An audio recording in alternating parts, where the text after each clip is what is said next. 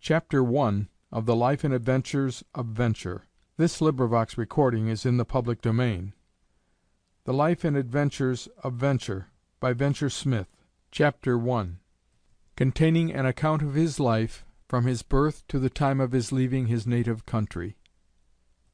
I was born at Dukandarra, in Guinea, about the year 1729. My father's name was Broteer Furro, prince of the tribe of Dukandarra. My father had 3 wives. Polygamy was not uncommon in that country, especially among the rich, as every man was allowed to keep as many wives as he could maintain. By his first wife he had 3 children. The eldest of them was myself, named by my father Broteer. The other 2 were named Kundazo and Suzaduka. My father had 2 children by his second wife, and 1 by his third. I descended from a very large, tall, and stout race of beings, much larger than the generality of people in other parts of the globe, being commonly considerably above 6 feet in height, and in every way well proportioned. The first thing worthy of notice which I remember was a contention between my father and mother, on account of my father's marrying his third wife without the consent of his first and eldest, which was contrary to the custom generally observed among my countrymen. In consequence of this rupture, my mother left her husband and country, and travelled away with her 3 children to the eastward. I was then 5 years old. She took not the least sustenance along with her, to support either herself or children. I was able to travel along by her side. The other 2 of her offspring she carried, one on her back, and the other, being a sucking child, in her arms. When we became hungry, my mother used to set us down on the ground, and gather some of the fruits which grew spontaneously in that climate. These served us for food on the way. At night we all lay down together in the most secure place we could find, and reposed ourselves until morning. Though there were many noxious animals there, yet so kind was our Almighty Protector, that none of them were ever permitted to hurt or molest us. Thus we went on our journey, until the 2nd day after our departure from Dukandarra, when we came to the entrance of a great desert. During our travel in that, we were often affrighted with the doleful howlings and yellings of wolves, lions, and other animals. After 5 days' travel we came to the end of this desert, and immediately entered into a beautiful and extensive interval country. Here my mother was pleased to stop and seek a refuge for me. She left me at the house of a very rich farmer. I was then, I should judge, not less than 140 miles from my native place, separated from all my relations and acquaintance. At this place my mother took her farewell of me, and set out for her own country. My new guardian, as I shall call the man with whom I was left, put me into the business of tending sheep, immediately after I was left with him. The flock, which I kept with the assistance of a boy, consisted of about 40. We drove them every morning between 2 and 3 miles to pasture, into the wide and delightful plains. When night drew on, we drove them home and secured them in the cote. In this round I continued during my stay there. One incident that befell me when I was driving my flock from pasture was so dreadful to me at that age, and is to this time fresh in my memory, that I cannot help noticing it in this place. 2 large dogs sallied out of a certain house, and set upon me. One of them took me by the arm, and the other by the thigh, and before their master could come and relieve me, they lacerated my flesh to such a degree that the scars are very visible to the present day. My master was immediately sent for. He came and carried me home, as I was unable to go myself on account of my wounds. Nothing remarkable happened afterwards until my father sent for me to return home. Before I dismiss this country, I must just inform my reader what I remember concerning this place. A large river runs through this country in a westerly course. The land for a great way on each side is flat and level, hedged in by a considerable rise of the country at a great distance from it. It scarce ever rains there, yet the land is fertile. Great dews fall in the night, which refresh the soil. About the latter end of June or 1st of July the river begins to rise, and gradually increases until it has inundated the country for a great distance, to a height of 7 or 8 feet. This brings on a slime which enriches the land surprisingly. When the river has subsided, the natives begin to sow and plant, and the vegetation is exceedingly rapid. Near this rich river my guardian's land lay. He possessed, I cannot tell exactly how much, yet this I am certain of respecting it, that he owned an immense tract.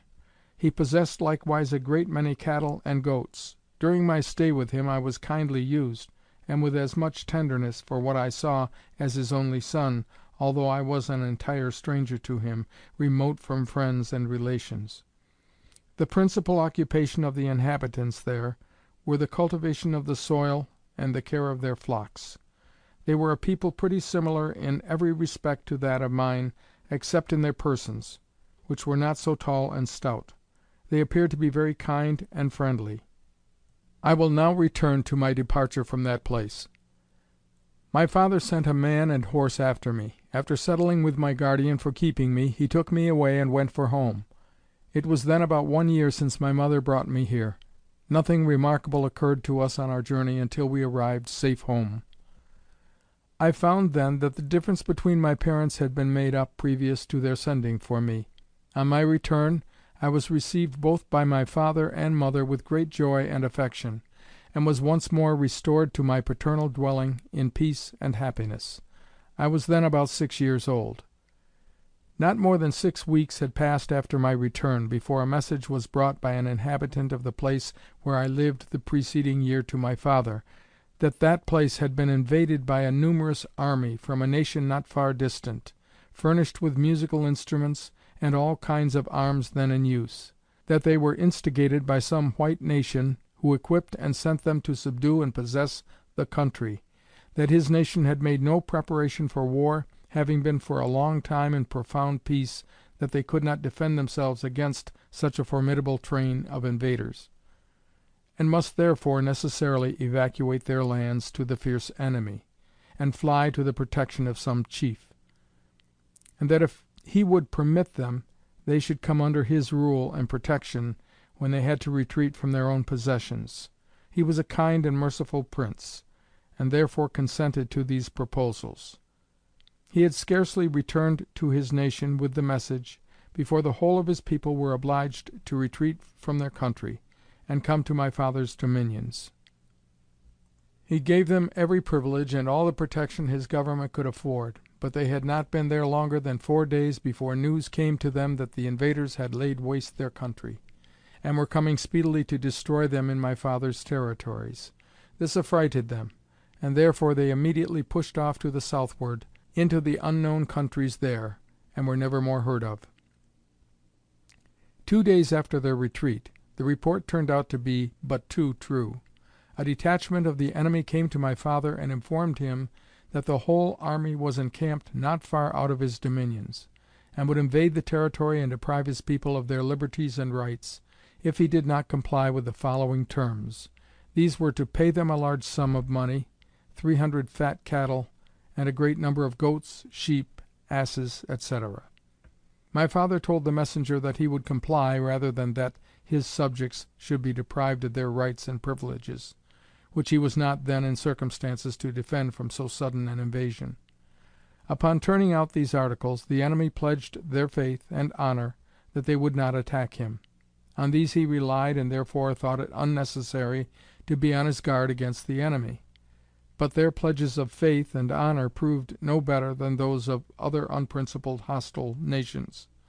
For a few days after, a certain relation of the king came and informed him that the enemy who sent terms of accommodation to him, and received tribute to their satisfaction, yet meditated an attack on his subjects by surprise, and that probably they would commence their attack in less than 1 day, and concluded with advising him, as he was not prepared for war, to order a speedy retreat of his family and subjects. He complied with this advice. The same night which was fixed upon to retreat, my father and his family set off about break of day. The king and his 2 younger wives went in one company, and my mother and her children in another. We left our dwellings in succession, and my father's company went on first. We directed our course for a large shrub plain, some distance off, where we intended to conceal ourselves from the approaching enemy, until we could refresh and rest ourselves a little. But we presently found that our retreat was not secure, for having struck up a little fire for purposes of cooking victuals, the enemy, who happened to be encamped a little distance off, had sent out a scouting party, which discovered us by the smoke of the fire, just as we were extinguishing it and about to eat. As soon as we had finished eating, my father discovered the party, and immediately began to discharge arrows at them. This was what I first saw, and it alarmed both me and the women, who, being unable to make any resistance, immediately betook ourselves to the tall thick reeds not far off, and left the old king to fight alone. For some time I beheld him from the reeds defending himself with great courage and firmness, till at last he was obliged to surrender himself into their hands. Then they came to us in the reeds, and the very first salute I had from them was a violent blow on the head with the forepart of a gun, and at the same time a grasp around the neck. I then had a rope put about my neck, as had all the women in the thicket with me, and were immediately led to my father, who was likewise pinioned and haltered for leading. In this condition we were all led to the camp. The women and myself, being pretty submissive, had tolerable treatment from the enemy, while my father was closely interrogated respecting his money, which they knew he must have. But as he gave them no account of it, he was instantly cut and pounded on his body with great inhumanity, that he might be induced by the torture he suffered to make the discovery. All this availed not the least to make him give up his money, but he despised all the tortures which they inflicted, until the continued exercise and increase of torment obliged him to sink and expire. He thus died without informing his enemies of the place where his money lay. I saw him while he was thus tortured to death. The shocking scene is to this day fresh in my mind, and I have often been overcome while thinking on it. He was a man of remarkable stature. I should judge as much as 6 feet and 6 or 7 inches high, 2 feet across his shoulders, and every way well proportioned. He was a man of remarkable strength and resolution, affable, kind, and gentle, ruling with equity and moderation. The army of the enemy was large, I should suppose consisting of about 6,000 men. Their leader was called Broteer. After destroying the old prince they decamped and immediately marched towards the sea, lying to the west, taking with them myself and the women prisoners.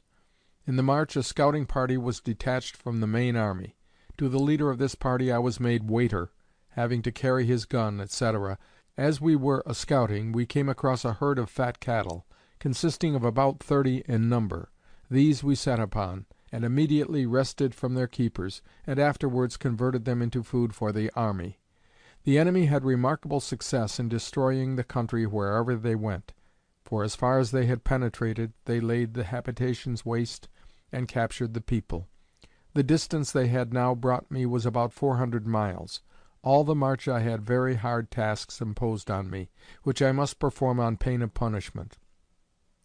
I was obliged to carry on my head a large flat stone used for grinding our corn, weighing, as I should suppose, as much as 25 pounds, besides victuals, mat and cooking utensils. Though I was pretty large and stout of my age, yet these burthens were very grievous to me, being only about 6 years and a half old. We were then come to a place called Malagafco. When we entered the place, we could not see the least appearance of either houses or inhabitants, but upon stricter search found that instead of houses above ground, they had dens in the sides of hillocks, contiguous to ponds and streams of water. In these we perceived they had all hid themselves, as I suppose they usually did upon such occasions. In order to compel them to surrender, the enemy contrived to smoke them out with faggots. These they put to the entrance of the caves and set them on fire. While they were engaged in this business, to their great surprise some of them were desperately wounded with arrows, which fell from above on them. This mystery they soon found out. They perceived that the enemy discharged these arrows through holes on the top of the dens directly into the air. Their weight brought them back, point downwards, on their enemies' heads, whilst they were smoking the inhabitants out. The points of the arrows were poisoned, but their enemy had an antidote for it, which they instantly applied to the wounded part. The smoke at last obliged the people to give themselves up. They came out of their caves, first spatting the palms of their hands together, then and immediately after extended their arms, crossed at their wrists, ready to be bound and pinioned. I should judge that the dens above mentioned were extended about 8 feet horizontally into the earth, 5 feet in height, and as many wide. They were arched overhead and lined with earth, which was of the clay kind, and made the surface of their walls firm and smooth. The invaders then pinioned the prisoners of all ages and sexes indiscriminately, took their flocks and all their effects, and moved on their way towards the sea. On the march the prisoners were treated with clemency, on account of their being submissive and humble. Having come to the next tribe, the enemy laid siege and immediately took men, women, children, flocks, and all their valuable effects. They then went on to the next district, which was contiguous with the sea, called in Africa Anomabo. The enemy's provisions were then almost spent, as well as their strength. The inhabitants, knowing what kind of conduct they had pursued, and what were their present intentions, improved the favorable opportunity, attacked them, and took enemy, prisoners, flocks, and all their effects. I was then taken a second time. All of us were then put into the castle, and kept for market. On a certain time I and other prisoners were put on board a canoe, under our master, and rowed away to a vessel belonging to Rhode Island, commanded by Captain Collingwood, and the mate Thomas Mumford. While we were going to the vessel, our master told us all to appear to the best possible advantage for sail. I was bought on board by one Robinson Mumford, steward of said vessel, for 4 gallons of rum and a piece of calico, and called Venture, on account of his having purchased me with his own private venture. Thus I came by my name. All the slaves that were bought for that vessel's cargo were 260. End of chapter 1. Recording by Bill Borst.